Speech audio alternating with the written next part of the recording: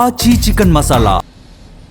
ఉమ్మడి వరంగల్ అభివృద్ధిపై చర్చకు సిద్ధం అంటూ కేంద్ర మంత్రి కిషన్ రెడ్డికి మంత్రి పొన్నం ప్రభాకర్ సవాల్ చేశారు. మీ 12 ఏళ్లు మా 30 నెలలు ఎవరేం చేశారో చర్చిద్దాం రండి అని అన్నారు. ఎన్నికల కోసం బీజేపీ నేతలు వరంగల్లో పర్యటించారని విమర్శించారు. బీజేపీ బీఆర్ఎస్ కలిసి 10 ఏళ్లలో వరంగల్ ఎయిర్పోర్ట్ ఎందుకు తేలేదని ప్రశ్నించారు. వరంగల్ అభివృద్ధికి ప్రభుత్వం కట్టుబడి ఉందని, 12 ఏళ్లలో వరంగల్కి తెలంగాణకు బీజేపీ చేసిందేంటో చెప్పాలని డిమాండ్ చేశారు మంత్రి పొన్నం. హనుమకొండ కాజీపేటకు సంబంధించి అన్ని రకాల అభివృద్ధి కొరకు ముఖ్యమంత్రి గారు హైదరాబాద్ తర్వాత వరంగల్ అభివృద్ధి చేయాలనే తలంపుతోటి అనేక నిర్ణయాలు తీసుకుంటా ఉన్నాం. ఎన్నికల కొరకు వచ్చి ఇలా వరంగల్ మీటింగ్ పెడతా ఉన్నారు. జవాబు చెప్పంటున్నా, ముక్కు భూమికి రాయాలంటున్నా. అసలు మీరు ఇవాళ తెలంగాణకు ఎరువులు రాకపోవడానికి కారణం మీరు కాదా అని అడుగుతా ఉన్నాం. వరంగల్ అభివృద్ధి మీద చర్చ కూర్చుందాం రమ్మంటున్నా. నిన్న వచ్చిన భారతీయ జనతా పార్టీ నాయకత్వం కిషన్ రెడ్డి, బండి సంజయ్తో పాటుగా వాళ్ళ అల్లిన ప్రెసిడెంట్ కూడా రమ్మని అడుగుతా ఉన్నా. ఇస్ బార్ బీజేపీ అంటారు. ఎందుకు వస్తుంది మీకు? పగటి కళలు గంటా ఉన్నారు.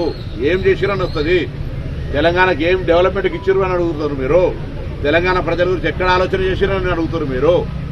తెలంగాణ ప్రజలకు ఏం న్యాయం చేసిరని అడుగుతా ఉన్నాం.